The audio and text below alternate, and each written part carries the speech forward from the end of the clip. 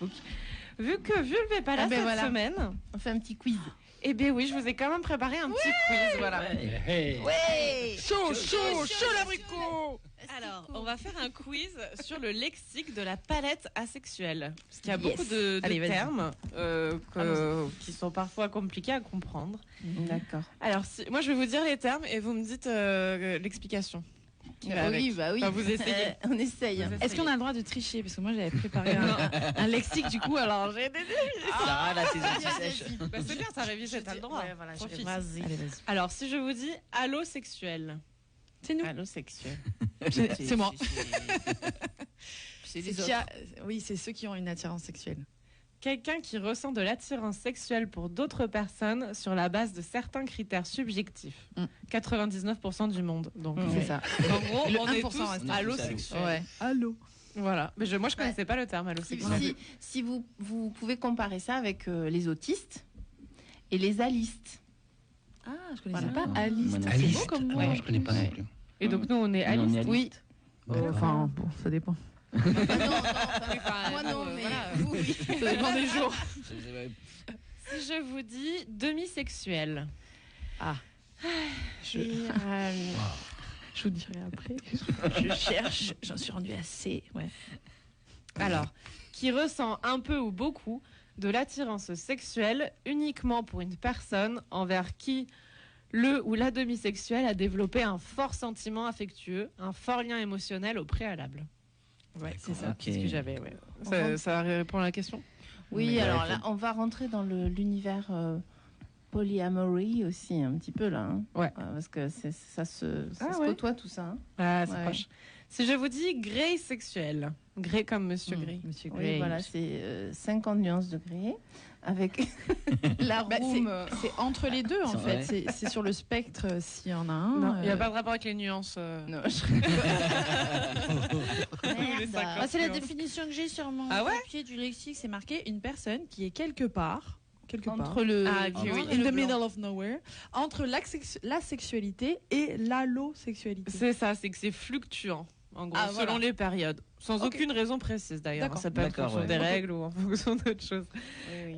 Autosexualité. Ah bah c'est avec soi-même, non? Voilà.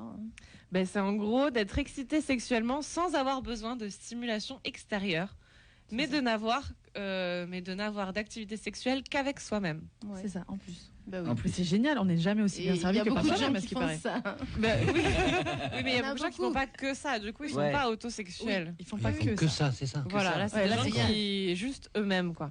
Mais à la fois, c'est pratique et à la fois, c'est triste. Un peu, ouais. Oui, parce que l'autre t'apporte aussi des choses, quand même. Oui, mais il y a quand même des âges où on a plus de propension à être autosexuel. Oui, parce que c'est ça, il y a des phases aussi. Il faut préciser quand même qu'on n'est pas tous à vie quelque chose. C'est ça, mais du coup, est-ce que quand tu es autosexuel, tu es aussi asexuel ou pas, ça rentre dans la palette, ça rentre dans la palette, mais après il y a des nuances et des différences. Non, moi je dirais non, mais on en parlera après. Mais pour moi, l'autosexualité, on démarre la sexualité souvent par l'autosexualité. Oui, tout à fait. J'arrête pas de le dire depuis. Sauf quand on a des cousins et qu'on vient du Nord. Du coup, d'ailleurs, Ginger, toi qui bosses avec lui, Pierre Nicolas, qui a dans Faut se le dire, lui, il est moto-sexuel, non? Il est Je pense que c'est l'amour avec sa moto uniquement, c'est ça? Uniquement. Avec le pot d'échappement, il me semble. L'autocorysexualité. Oula. Attends, Cory, je dois l'avoir, mais alors l'autocorysexualité. C'est le fait d'être excité sexuellement par des fantasmes ou de la pornographie, mais de ne pas avoir envie que cela débouche sur du sexe avec autrui. Finalement, c'est un fantasme en fait, non? C'est Cory de correction, c'est schla. Non, ça s'écrit avec un C ou un K ou CH. CH. Parce que finalement, les fantasmes, t'as pas toujours envie qu'ils se réalisent dans la réalité non plus. Oui, mais est-ce que c'est lié? On ne sait pas. Si vous savez, si vous êtes auto-corysexuel, je sais pas. Oui, c'est une forme d'autosexualité, mais ça veut dire voilà, tu vas regarder un porno ou des images avec d'autres gens, ça va t'exciter, mais t'as pas envie de le faire avec eux. Tu veux pas envie que ça débouche pour que ça existe en vrai. Débouche comme dirait Manu. T'as pas que ça débouche. Ouais, oui. Alors l'avant-dernier terme, achiosexuel. Ouais, je l'ai. Avec un K. une personne qui ressent de l'attirance sexuelle envers les autres, mais ne s'intéresse pas au fait que ce sentiment soit réciproque ou ne le désire pas. J'ai jamais compris ce concept. En gros, t'es attiré par quelqu'un, mais il faut pas que cette personne ait le même sentiment que toi envers toi. Il y a plein de gens en réalité qui ont un peu de ça, je pense. Il y a beaucoup de gens qui aiment plaire et qui du coup vont aimer, tu vois, mais finalement la personne, une fois qu'elle s'intéresse à eux, oh bon, ça m'intéresse plus. Tu vois ce que je veux dire? Il y a le côté de challenge. C'est pas sexuel là. C'est pas sexuel. C'est plutôt la séduction, le côté de se sentir désiré, mais. Ouais, je sais pas. Si une fois que la personne a envie de toi, tu peux dire bon, bah en fait, presque elle baisse dans mon estime. Du coup, elle m'excite plus. Elle baise dans ton estime. Elle baisse plus dans elle baisse plus du tout dans mon estime. Pas du tout. Et donc elle ne m'excite plus. Je pense qu'on mélange les sensations en fait. Là, on parle de asexualité. Là, je pense qu'il n'y a pas de désir. Il y a un plaisir à plaire. Ouais. Et donc une autosatisfaction émotionnelle, un plaisir vraiment, ça nourrit l'ego, on est flatté, etc. Mais on n'est pas dans le sexuel là, on n'est pas dans la libido du coup, dans le désir physique. On est dans un désir de plaire, on est dans quelque chose de plus mental et émotionnel.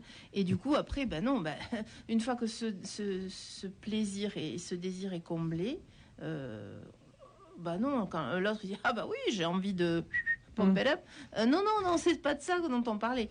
Donc, mais on n'est pas sur les mêmes connexions en fait. C'est là où c'est compliqué. C'est là où il faut faire attention sur la sexualité. J'ai l'impression que c'est beaucoup différencier l'émotionnel et du. Oui, et d'ailleurs, je pense qu'on parlera d'aromantisme aussi, puisque c'est aussi intéressant et c'est... Alors justement, le romantisme, ou dans le cas inverse, l'aromantisme, est le fait de tomber amoureuse, ou pas du coup, de quelqu'un d'autre. Cela n'a rien à voir avec la sexualité. C'est Internet qui me l'a dit. Oui. Comme pour les autres orientations sexuelles, ces orientations n'ont pas de lien avec l'orientation romantique. Ou peut-être, comme moi, demi-sexuel... Enfin non, du coup, c'est pas moi qui l'ai écrit le truc. On peut être, par exemple, comme la personne qui a écrit demi-sexuel et biromantique, ou plus simplement asexuel et hétéromantique, ou grésexuel et homoromantique. Toutes les combinaisons sont possibles. Je suppose qu'on peut même être asexuel et aromantique. Tout à fait. Oui, parce que moi j'ai lu un témoignage comme ça, où effectivement, la personne donc n'a pas de désir sexuel. Et en plus, elle ne tombe pas amoureuse, en fait, ou elle ne veut pas avoir de relation amoureuse. Non, je sais pas. Ben vas-y, parle. Mais non, moi je me pose des questions aussi. Oui. Je me dis, est-ce que la personne est triste?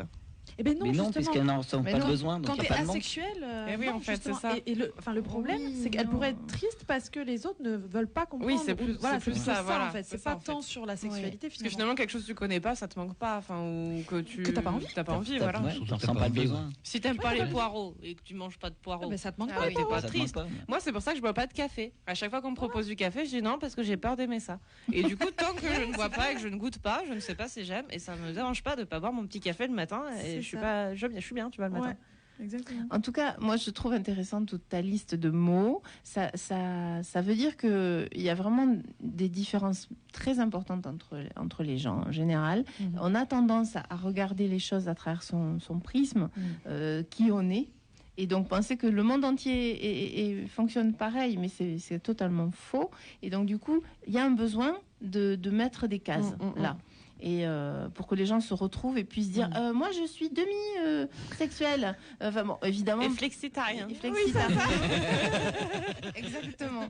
Et du coup on va en reparler après, mais derrière ça il y a des choses plus profondes et plus explicites à aborder, je pense. On reviendra effectivement là-dessus parce que vaste sujet. On va faire une petite pause musicale. On va écouter Good Night Moon de Shivari et on retrouve juste après Stéphane qui nous présente un artiste exceptionnel. Là, tout de suite. Ouais.